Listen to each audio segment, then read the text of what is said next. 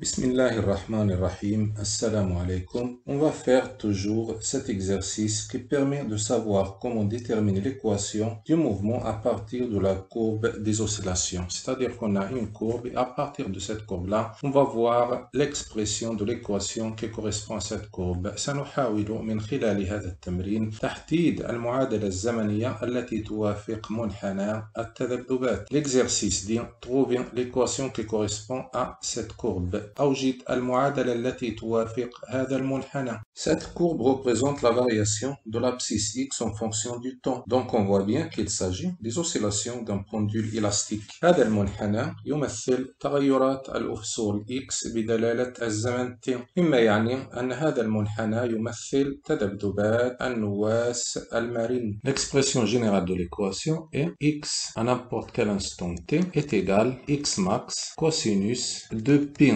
sur t0 fois t plus phi, avec x max c'est l'amplitude t0, la période propre, phi la phase à l'origine du temps, c'est-à-dire à t est égal à 0. Déterminons les grandeurs caractéristiques de l'équation qui sont xm, t0 et phi. Et après, déduisons l'expression de l'équation horaire de ce mouvement. لنحدد المقادير المميزة لهذه المعادلة بمعنى الوسع xm، الدور الخاص t0 والطور عند أصل التواريخ. ثم بعد ذلك لنقوم باستنتاج المعادلة الخاصة بهذه الحركة. Commençons par xm, détermination de xm, تحديد الوسع xm. On voit là que xm correspond à la valeur maximale de la courbe, c'est-à-dire 4 mètres. xm est égal 4 mètres. Détermination de t0, تحديد الدور الخاص t0. La période propre t0 représente l'intervalle de temps qui sépare deux passages successifs de l'oscillateur par sa position d'équilibre dans le même sens. إذن الدور الخاص يمثل مرورين متتاليين للمتذبذب من موضع توازنه المستقر في نفس المنحى.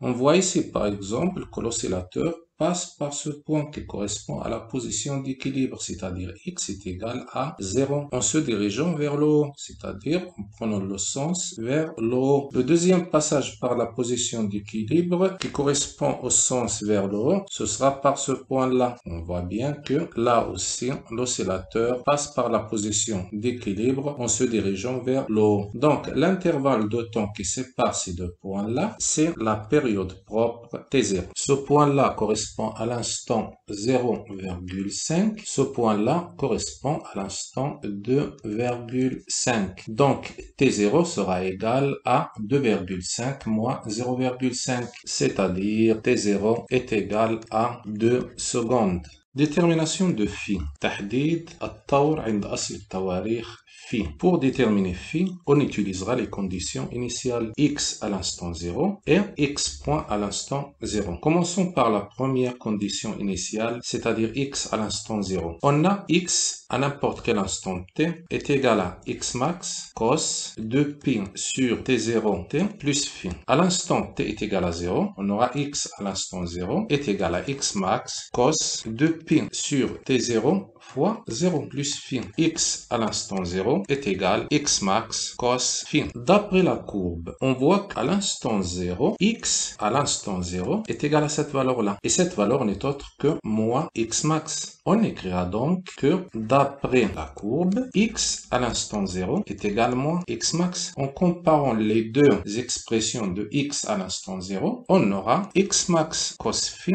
est égal à moins x max. Cos phi sera alors égal à moins x max divisé par x max. Cos phi est égal à moins 1. L'angle dont le cosinus est égal à moins 1 n'est autre que phi est égal à pi radian. Et maintenant, équation du mouvement. L'expression générale de l'équation du mouvement est x à n'importe quel instant t est égal xm cos de pi sur t0 fois t plus phi. On remplace donc, on aura x à n'importe quel instant t est égal x max qui est 4 fois cosinus de pi sur t0 qui est 2 fois t plus pi. Et on aura l'expression finale x à n'importe quel instant t sera égal à 4 cosinus. On peut simplifier ici 2 avec 2 et on aura pi fois t plus pi en mètres m.